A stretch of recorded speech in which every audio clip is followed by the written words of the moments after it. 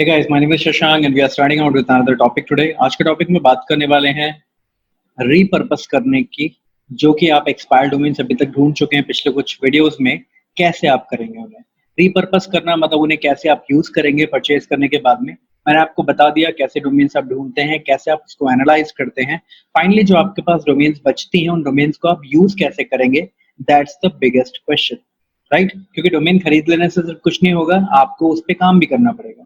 साथ में आपको मल्टीपल तरीके से आप उसे यूज कर सकते हैं, उसी के बारे में आज बात करने वाले हैं। मेरे सामने एक आर्टिकल है जो कि होस्टगेटर पे पब्लिश्ड है, राइट? तो एक एक करके इसके बारे में बात करते हैं। चलिए फिलहाल अभी वीडियो शुरू करते हैं और मैं आपको बताता हूँ ये कैसे करेंगे।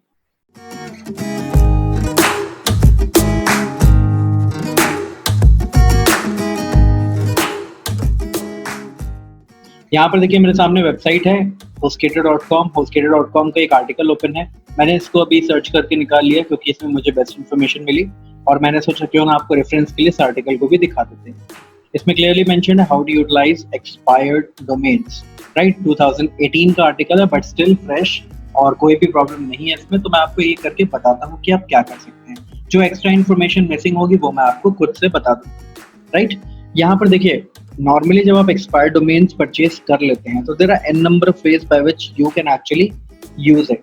तो वो कौन कौन से वेज है वो मैं आपको अभी बताता हूँ। ठीक है, सबसे इंपॉर्टेंट बात है, जो भी आप एक्सपायर्ड डोमेन परचेज करते हैं आपको ध्यान रखना है कि उनकी क्वालिटी लिंक प्रोफाइल हो, मतलब बैकलिंक्स अच्छे हों, वो स्पैमी ना हो और एटलीस्ट थोड़ा बहुत रेलेवेंस हो आपके एग्जिस्टिंग साइट से या कोई भी नए प्रोजेक्ट से जो आप बनाना चाहते हैं। द बिगेस्ट प्रॉब्लम है कि आपको एक बार में तीनों कंडीशन सेटिस्फाइड वेबसाइट मिल जाए, ये बहुत मुश्किल काम है। डोमेन मिल जाए ये बहुत मुश्किल काम है, राइट? तो उस केस में आप क्या कर सकते हैं, आप डेफिनेटली जो मैंने आपको तरीके बताए आप कैसे ढूंढेंगे, बहुत कुछ होता है, बहुत कुछ लगेगा उसमें और आप धीरे धीरे समझ जाएंगे कि ये कैसे होता है, राइट?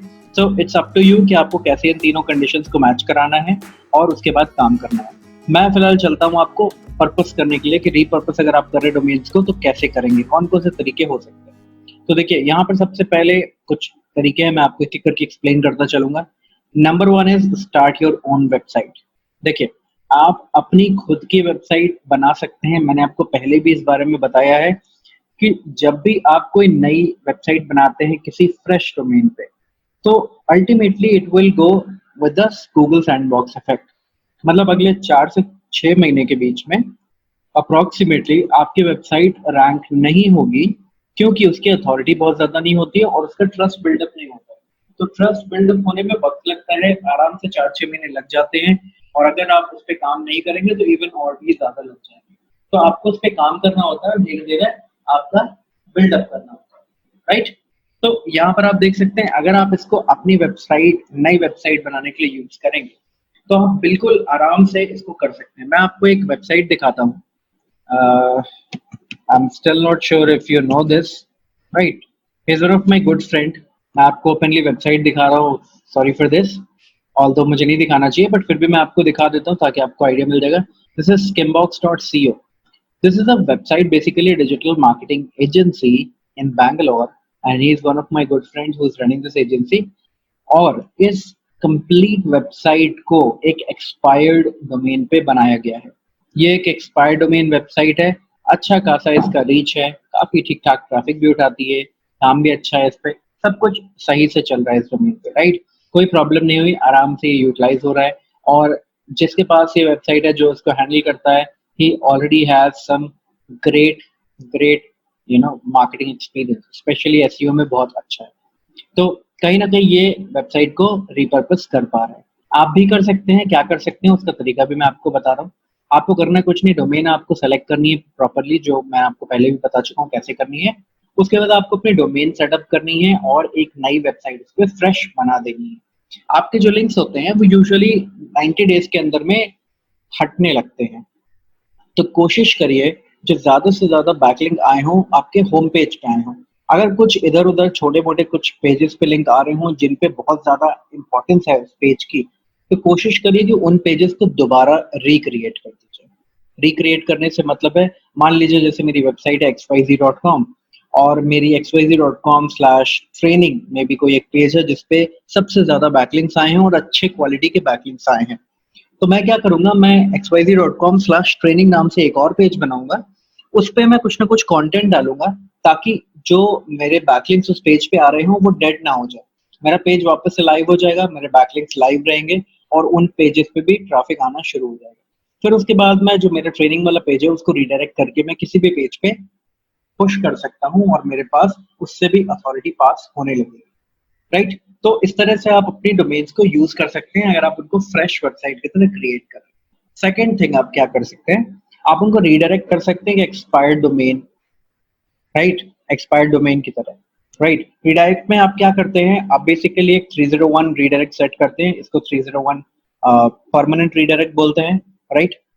या फिर टेम्परेरी रीडायरेक्ट, जो भी आप करना चाहें। यूजुअली 301 रीडायरेक्ट क्या करता है, ये गूगल को बताता है कि ये जो रिसोर्स है ये अब यहाँ पर अवेलेबल नहीं है, जो नया एड्रेस है उस पर अवेलेबल है, just like your canonical. But यहाँ 301 बेसिकली चलता है डेड डोमेन्स के लिए ज्यादातर, राइट? ये डेड पेजेस। तो 301 रीडायरेक्ट आप अगर सेट करेंगे तो अच्छा क्या है बुरा क्या है वो मैं आपको बताऊँ। सबसे पहली बात, 301 रीडायरेक्ट जैसे ही आप सेट करेंगे तो गूगल की नजर आप पे आ जाती है और गूगल समझ जाता है कि कहीं ना कहीं इस वेबसाइट पे जो ऑलरेडी पहले चल रही थी और इस वेबसाइट से नई डोमेन पे रीडायरेक्ट किया गया है, अगर वो रेलेवेंट नहीं है, अगर आपका एग्जैक्टली कनेक्टेड डोमेन नहीं दिख रहा है, कुछ प्रॉब्लम समझ में आती है, तो गूगल आपकी साइट डायरेक्टली कनेक्टेड होती है, आपको भी साथ में पैनलाइज कर सकती है। उस चीज से बचने के लिए आप बेटर तरीके से क्या काम कर सकते हो वो मैं आपको बताता हूँ। आप इस तरह की जो भी डोमेन्स परचेज करेंगे जो एक्सपायर्ड है, जिसको आप अपनी मनी डोमेन पे, जो मनी डोमेन बोलते हैं, जिसे जो वेबसाइट जिस पे आप पैसे कमाना चाह रहे हैं, जो आप एक ऑफिशियल तरीके से साइट चला रहे हैं उस पे अगर आप रीडायरेक्ट करना चाहते हैं तो number one thing that you need to see is कि आप जब रीडायरेक्ट करेंगे तो आप सबसे पहले तो 301 रीडायरेक्ट सेट करेंगे उसमें। दूसरा आप ये देखेंगे कि आपका जो 301 रीडायरेक्ट आप जो सेट कर रहे हो एक्सपायर्ड डोमेन से, उस एक्सपायर्ड डोमेन पे कोई ट्रैफिक है या नहीं है, टाइप इन ट्रैफिक है या नहीं है। टाइप इन ट्रैफिक होता है मतलब लोग टाइप करके डोमेन को सर्च करके अभी भी आ रहे हैं वेबसाइट पे कि नहीं आ रहे। वो कैसे आप करेंगे, बिल्कुल सिंपल तरीका है। पहले एक छोटी सी वेबसाइट क्रिएट करिए और सिर्फ 1 से 2 पेजेस बनाकर छोड़ दीजिए, ज्यादा नहीं। जैसे आप 2 पेजेस बनाएंगे आपको थोड़ा सा वेट करना पड़ेगा, 5-7 दिन मैक्सिमम। आपको दिखने लगेगा आपकी वेबसाइट पे कोई ट्रैफिक आ रहा है या नहीं आ रहा है। अगर आपकी वेबसाइट पे ट्रैफिक आ रहा है तो आप क्या करिए, आपकी साइट पे अगर 2, 4, 5, 10 विजिटर्स भी आ रहे हैं तो उसके बाद आप 301 रीडायरेक्ट कंप्लीटली उस डोमेन को कर सकते हैं अपनी मनी वेबसाइट। अल्टीमेटली आपकी साइट में बहुत अच्छा बूस्ट आएगा, लेकिन ध्यान रखिएगा इसको बहुत ज्यादा वक्त तक नहीं करना है। आप इसको 15-20 दिन या 1 महीना रहने दीजिए, उसके बाद आप इसको हटा लीजिए। आपकी साइट की अथॉरिटी तब तक बूस्ट हो चुकी होगी और आपको एक अच्छा खासा जंप दिखेगा आपकी रैंकिंग्स में। आपके डोमेन के लिंक हटा लेने से अचानक से जंप खत्म नहीं हो जाता है, लेकिन कोशिश करिएगा कि उस सेम अथॉरिटी के डोमेन से एक दूसरा बैकलिंक ले लीजिए रिप्लेस करके, जो आसानी से बन पाए। क्योंकि ये जो 301 रीडायरेक्ट होता है इसको अगर आप परमानेंटली इस पे छोड़ेंगे तो ज्यादा चांसेस है आपके पेनलाइज होने के। मैंने आपको अपना रियल एग्जांपल बताया जो मैंने भी पर्सनली किया है और जो इफेक्टिव था। आप चाहें तो एक बार टेस्ट करके आप किसी डोमेन को एक्सपायर्ड अपने मेन डोमेन पे रीडायरेक्ट करके देख सकते हैं और थोड़ा सा 1 महीना, 2 महीना या 3 महीना मैक्सिमम रुक के देख लीजिएगा कि क्या कोई इम्पैक्ट आ रहा है या नहीं आ रहा है। Otherwise you will be safe, simple, right? तो होपफुली आपको ये समझ में आ गया होगा। Number 3 way is by the domain to source links. आप डोमेन्स परचेज कर सकते हैं उनसे लिंक्स सेल करने के लिए। देखिए बहुत सारे लोग क्या करते हैं, एक्सपायर डोमेन खरीदते हैं, उस पर एक वेबसाइट बनाते हैं, वेबसाइट बनाने के बाद कहते हैं कि आप इससे गेस्ट पोस्ट खरीद सकते हो। मतलब वहां पर एक आर्टिकल पब्लिश करिए और आर्टिकल पब्लिश करके एक अमाउंट चार्ज कर लीजिए गेस्ट पोस्ट की तरह। ज्यादातर वेबसाइट्स आपको जो गेस्ट पोस्ट वाली मिलेंगी जो अमाउंट चार्ज करती हैं वो कुछ इसी तरीके से बिल्डअप होती हैं। आपको बस देखना होगा कितने पेजेस बने हैं, कब पब्लिश हैं, कितनी जेन्युइन वेबसाइट है, कितने पुराने पेजेस पड़े हैं, कितने साल से चल रही है। अगर आप ये सब ठीक से चेक कर पाएंगे तो आपका जो लिंक होगा वो बेकार लिंक नहीं होगा। ये मैं लिंक परचेज की भी बात कर रहा हूँ, कहीं ना कहीं आप इस तरह की वेबसाइट्स बनाकर लिंक सेल आउट भी कर सकते हैं। बहुत सारे लोग बहुत आराम से परचेज कर लेते हैं लिंक्स। नॉर्मली एक 30 to 35 DR की वेबसाइट के अराउंड आपको $20 to $30 पर गेस्ट पोस्ट मिल जाते हैं और अगर आपकी वेबसाइट 50 DR के ऊपर होती है तो अप्रोक्सीमेटली मान के चलिए $50 to $70 और कभी कभी इवन $100 या $150 में भी लिंक्स सेल आउट हो जाते हैं। तो आपको बस एक वेबसाइट सेटअप करनी है, उस पर कंटेंट वापस रिलाइव करना है और उसके बाद वेट करना है थोड़ा सा ट्रैफिक पुश होने के लिए। क्योंकि बिना ट्रैफिक के आपको कोई भी बैकलिंक्स के लिए नहीं पूछेगा, right? So this is the third way by which you can repurpose your expired domain. Number 4 is flip the domain. बहुत सारे सेलर्स हैं मार्केट में। आप अगर बहुत सारे फेसबुक ग्रुप्स हैं बाय सेल ग्रुप के नाम से, आप बाय सेल अगर सर्च करेंगे फेसबुक पे तो आपको मिल जाएंगे। उन ग्रुप्स में आप जाके इन एक्सपायर्ड डोमेन्स को एक्सट्रैक्ट करने के बाद सेल आउट कर सकते हैं। आपको बस वहां पर मेंशन करना होगा लिंक्स कौन कौन सी वेबसाइट से आ रहे हैं, डोमेन की अथॉरिटी क्या है। नाम रिवील करने की कोई जरूरत नहीं है जब तक आप उसको बुक ना कर लें, और उसके बाद आप आराम से उसको चाहें तो एक मार्जिनल अमाउंट पे सेल कर सकते हैं depending on the link profile and the uniqueness. अगर वो इंडेक्स डोमेन होगी तो अपने आप ही उसकी ज्यादा वैल्यू होगी। तो इससे भी आप अपना चाहें तो एक मनी मेकिंग प्रोसेस क्रिएट कर सकते हैं और आप आराम से यहाँ पर डोमेन फ्लिप कर सकते हैं। अगर आप बाय सेल ग्रुप में नहीं जाना चाहते तो भी बहुत सारी वेबसाइट्स हैं, जैसे गोडैडी ऑक्शंस है, आई गेस 315 या 20 रुपीज का एक ईयरली अकाउंट आता है। आप आराम से वहां पर डोमेन्स अपनी लिस्ट कर सकते हो। आप वहां पर एक प्रॉपर ऑक्शंस चला सकते हो अपनी डोमेन्स का। So you can do an number of things there. आप वहां से भी अपनी डोमेन्स को बेच सकते हैं, या फिर और साइट्स हैं जैसे ब्रांड बकेट है, वहां पर ज्यादातर आपको ब्रांड नेम्स मिलेंगे छोटे कैची।